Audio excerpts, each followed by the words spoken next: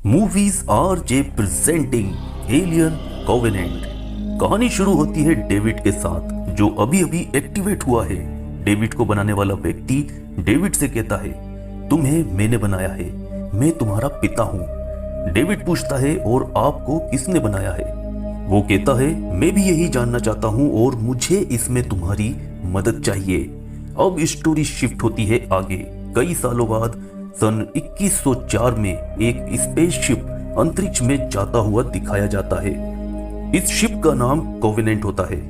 ये एक colony spaceship था जिसका उद्देश्य था ओरैंग 6 प्लेनेट पर मानव बस्ती बसाना। इस शिप में 2000 आम आदमी, 1140 मानव भ्रूण यानी टेस्ट ट्यूब बेबी होते हैं, साथ में क्रू मेंबर्स होते हैं और एक रोबोट होता है जिसका नाम वॉल्टर होता है। वॉल्टर को छोड़कर सभी हाइपर स्लीप चेंबर में सो रहे होते हैं। इस शिप को अगले 7 साल और 4 महीनों में अपने टारगेट पर पहुंचना होता है।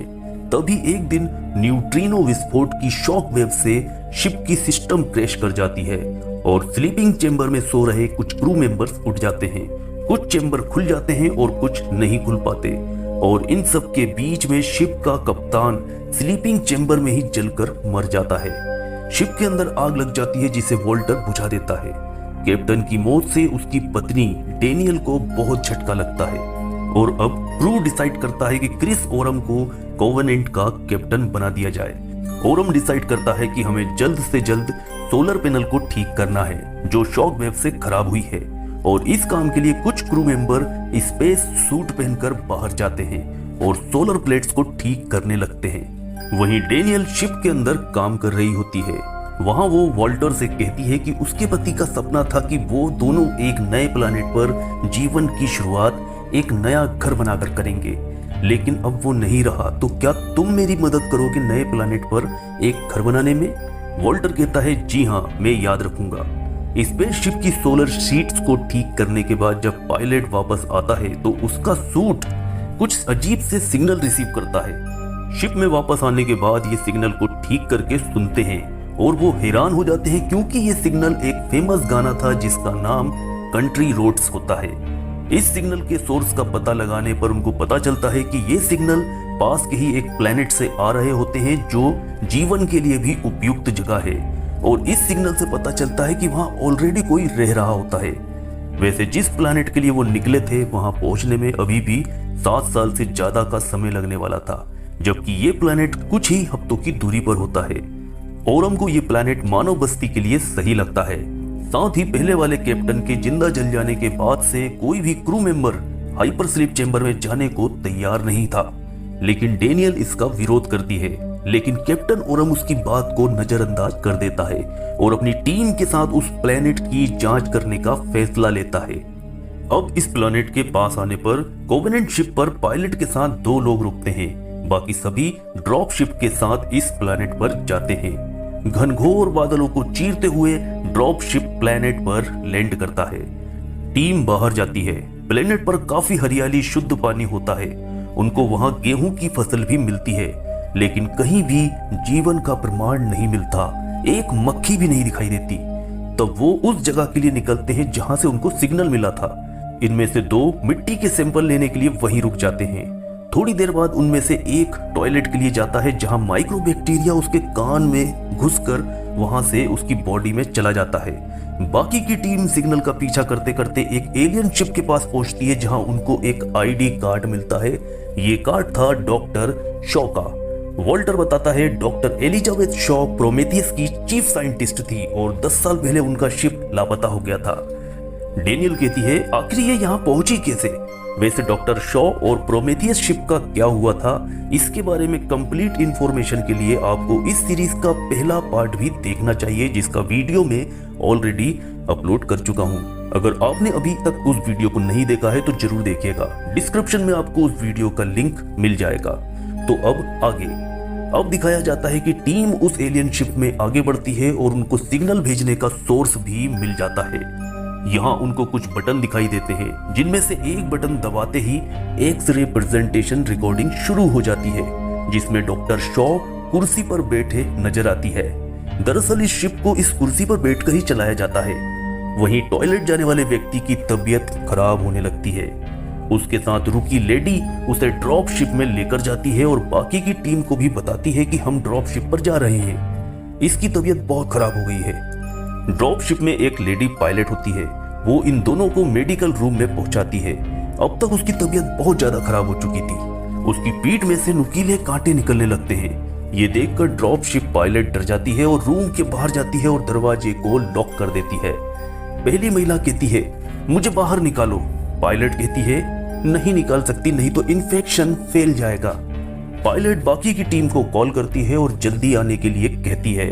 वहीं मेडिकल रूम में उस आदमी के शरीर को चीरकर एक क्रिएचर बाहर आता है। ये क्रिएचर बहुत शक्तिशाली होता है और वो उस महिला को भी मार डालता है जो उस कमरे में बंद थी। अब ये क्रिएचर मेडिकल रूम का कांच तोड़कर बाहर आता है और पायलट पर हमला करता है। पायलट उस पर फायरिंग करती है, लेकिन एक गोली शिप के सिलेंडर में लग जाती है और पूरा शिप फट जाता है। वहीं बाकी टीम में भी एक आदमी एलियन शिप में इन्फेक्टेड हो जाता है और उसके शरीर में से भी एक जानवर निकलता है। बाकी की टीम उसको मारने के लिए बंदूक तान लेती है, लेकिन वो तुरंत ही जंगल में भाग जाता है। पूरी टीम कुछ समझ पाए उसके पहले ही वो एलियन वापस आता है और टीम पर हमला करता है। वॉल्टर डेनियल को बचाता है, जिसमें एलियन उसका एक हाथ की कलाई काट देता है। बाकी टीम उस पर फायरिंग करती है, लेकिन वो फिर से भाग जाता है। थोड़ी देर में वो एक बार फिर हमला करता है। तभी आसमान में कुछ फटता है और तेज रोशनी होती है। एक नकाबपोश व्यक्ति आता है और इन सबसे कहता है, मेरे साथ चलो। सभी उसके पीछे पीछे जाते हैं।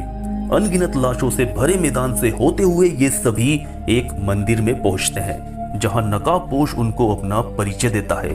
वो बताता है कि मैं डेविड हूँ। डेविड भी एक रोबोट है जो डॉक्टर शॉ और उनकी टीम के साथ प्रोमेथियस अंतरिक्ष यान में था।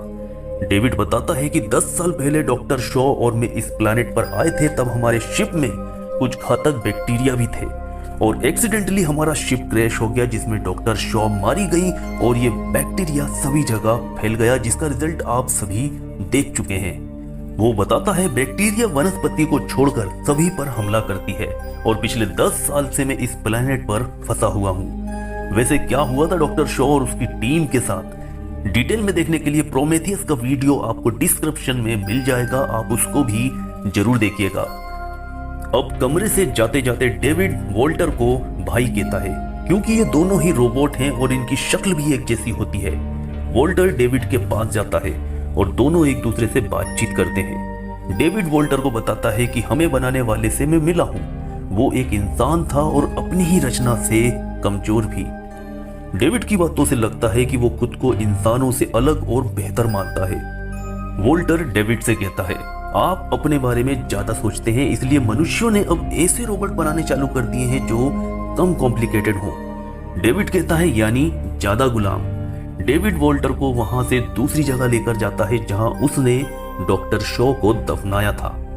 डेविड मन ही मन याद करता है कि जब वो इस ग्रह पर आया था तब इस ग्रह के लोगों को लगा कि अपने लोग आ गए हैं, लेकिन उसने स्पेसशिप के गेट को खोलकर इन जीवों से भरे हजारों सिलेंडर इस ग्रह पर छोड़ दिए और फिर सभी लोगों को मार डाला। पूरी बस्ती नष्ट हो गई। इसके बाद डेविड वॉल्टर को बताता है कि डॉक्टर शॉ बहुत दयालु थी, उसने मुझे ठीक किया और मैं उसे पसंद करता था, जैसे तुम डेनियल को पसंद करते हो। वॉल्टर कहता है कि यह पॉसिबल नहीं है। इस पर डेविड कहता है, तो फिर तुमने उसकी जान बचाने के लिए अपना हाथ क्यों खो दिया? ये प्यार नहीं तो क्या है? वॉल्टर बोलता है कि ये मेरा कर्तव्य था। वहीं अगले सीन में दिखाया जाता है कि टीम का अपनी शिप के साथ संपर्क हो जाता है। वो लोग पायलट को बोलते हैं कि हमें तुम्हारी मदद की जरूरत है, कई लोग मारे जा चुके हैं, जल्दी हमें यहाँ से बाहर निकालो। वहीं दूसरी तरफ एक क्रिएचर टेम्पल के एक कमरे में घुसता है जहां एक लड़की होती है।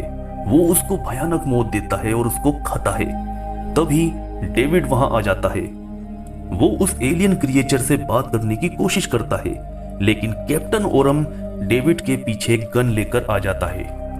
डेविड उसको शूट करने से मना करता है, लेकिन कैप्टन ओरम उस पर फायरिंग करता है और उस एलियन को मार डालता है और डेविड से बोलता है कि मुझे बताओ आखिर यहाँ चल क्या रहा है। तब डेविड उसको एक कमरे में लेकर जाता है जहां वो इन क्रिएचर्स पर की गई अपनी रिसर्च के बारे में बताता है और कहता है, मैंने इनको डेवलप भी किया है, लेकिन मेरा काम एक सामग्री के बिना आगे नहीं बढ़ रहा है। वो कैप्टन ओरम को नीचे के कमरे में लेकर जाता है जहां एलियन क्रिएचर के बड़े बड़े अंडे होते हैं। कैप्टन जब एक अंडे के पास जाकर देखता है तो उस अंडे में से एक कीड़ा उस पर हमला करता है और उसके मुंह पर चिपक जाता है, जिसके बाद कैप्टन ओरम बेहोश हो जाता है। थोड़ी देर में जब उसे होश आता है तब वो डेविड को सामने बैठा पाता है। वो डेविड से कहता है, तुम करना क्या चाहते हो डेविड? तो डेविड जवाब देता है, आविष्कार। और तभी कैप्टन के सीने को चीरकर एक नया क्रिएचर बाहर आता है। डेविड उस क्रिएचर को देखकर बहुत खुश हो जाता है। दरअसल डेविड ने 10 सालों में इन पर रिसर्च करके इनको इंसानी डीएनए में मिक्स किया था ताकि वो एक नई नस्ल डेवलप कर सके। अब तक स्पेसशिप कोवेनेंट से एक शिप को लेकर मेन पायलट इन लोगों को रेस्क्यू करने के लिए निकल जाता है। बाकी क्रू मेंबर्स कोवेनेंट को ऑपरेट करते हैं। वहीं नीचे वोल्टर डॉक्टर शॉ की लाश को देखता है जो कि कटी फटी हुई थी। वो डेविड के पास जाता है और बोलता है, कीटाणु गलती से नहीं गिरे, तुमने उन्हें गिराया है। डेविड बोलता है, वो गुलामी के लिए नहीं बना है, इंसानी नस्ल खत्म हो रही है और वो अभी भी फलना फूलना चाहते हैं और वो इसके लायक नहीं है। वोल्टर कहता है, लेकिन उन्होंने हमें बनाया है। दरअसल डेविड पूरी मानव जाति को नष्ट करके अपने बनाए हुए क्रिएचर को फैलाना चाहता था। वोल्टर उसे कहता है कि मैं तुम्हें नहीं जाने दूंगा, तो डेविड उसको धोखे से मारता है। दरअसल डेविड कैसे भी इस प्लेनेट से निकलना चाहता था क्योंकि वो यहाँ आकर फंस गया था, इसलिए वो सिग्नल भेजता रहता था ताकि कोई उसकी मदद के लिए आ जाए। अब तक डेविड के बनाए क्रिएचर एक और आदमी को मार चुके थे और एक को घायल भी कर दिया होता है। अब डेनियल भी डेविड के रिसर्च रूम में आती है और रिसर्च बुक को देखकर समझ जाती है कि डेविड ने ही डॉक्टर शॉ को मारा है। लेकिन तभी डेविड वहां आ जाता है और वो डेनियल को पीटता है, लेकिन वोल्टर आके डेनियल को बचाता है और डेविड का सामना करता है। डेविड वोल्टर से बोलता है, तुम कैसे बच गए? तब वोल्टर बोलता है, तुम्हारे बाद नए मॉडल्स में कई सुधार किए गए हैं और फिर दोनों एक दूसरे से जबरदस्त फाइट करते हैं। अब तक रेस्क्यू शिप आ चुकी होती है जिसमें डेनियल और घायल आदमी बैठते हैं। थोड़ी देर में वोल्टर भी वहां आ जाता है। डेनियल वोल्टर से डेविड के बारे में पूछती है तो वोल्टर कहता है कि वो नहीं रहा। अब शिप उड़ान भरने ही वाला होता है कि डेविड का बनाया एक क्रिएचर उस शिप पर चढ़ जाता है। डेनियल शिप से बाहर आती है और उस क्रिएचर को क्रेन में फंसाकर फेंक देती है और वो वापस धरती पर गिर जाता है। अब ये चारों कोवेनेंट शिप में आ जाते हैं। डेनियल और बाकी के क्रू मेंबर्स अपने दोस्तों के मरने से काफी दुखी थे। पायलट बताता है कि मैंने कोवेनेंट के सिस्टम को ऑफलाइन किया है, कल सुबह तक वो ऑनलाइन हो जाएगा। अगली सुबह सिस्टम ऑनलाइन होने पर शिप में एक अनजान जीव के होने के बारे में बताता है। डेनियल और पायलट जब मेडिकल रूम में जाते हैं तो उन्हें वहां 2 लाशें दिखाई देती हैं। दरअसल जो आदमी घायल हुआ था वो इन्फेक्टेड हो गया था और वो क्रिएचर उसके अंदर बन चुका था, जो बाहर निकलता है और उसका ट्रीटमेंट करने वाली लड़की को भी मार देता है और फिर वो वहां से निकलकर और भी 2 क्रू मेंबर्स को मार डालता है। अब डेनियल और पायलट उसको मारने के लिए जाते हैं। वो चालाकी से उसको एक एक केबिन से निकालते हुए एग्जिट चेंबर में लेकर जाते हैं और वहां से डेनियल उसको स्पेस में छोड़ देती है, लेकिन वो शिप को पकड़ कर रखता है।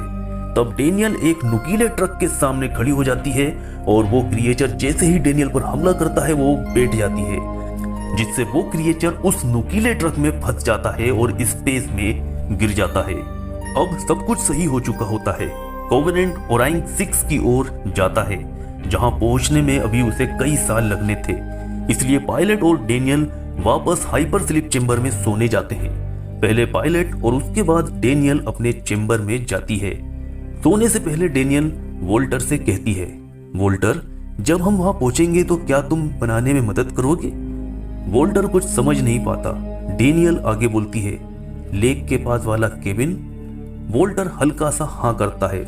तब डेनियल को पता लगता है कि ये वोल्टर नहीं बल्कि डेविड है, क्योंकि वोल्टर ही जानता था कि डेनियल नए प्लैनेट पर एक नया घर बनाना चाहती है, वो भी लेक के पास। डेविड को यह पता नहीं था। डेनियल स्लीपिंग चेंबर से निकलने की कोशिश भी करती है, लेकिन मशीन उसे गहरी नींद में लेकर चली जाती है। और अब कोवेनेंट पर डेविड का राज था। उसके पास 2000 मनुष्य, कई इंसानी भ्रूण थे नई नस्ल को तैयार करने के लिए, और फिल्म यहीं पर खत्म हो जाती है। आई होप आपने मूवी का एक्सप्लेनेशन काफी इंजॉय किया होगा।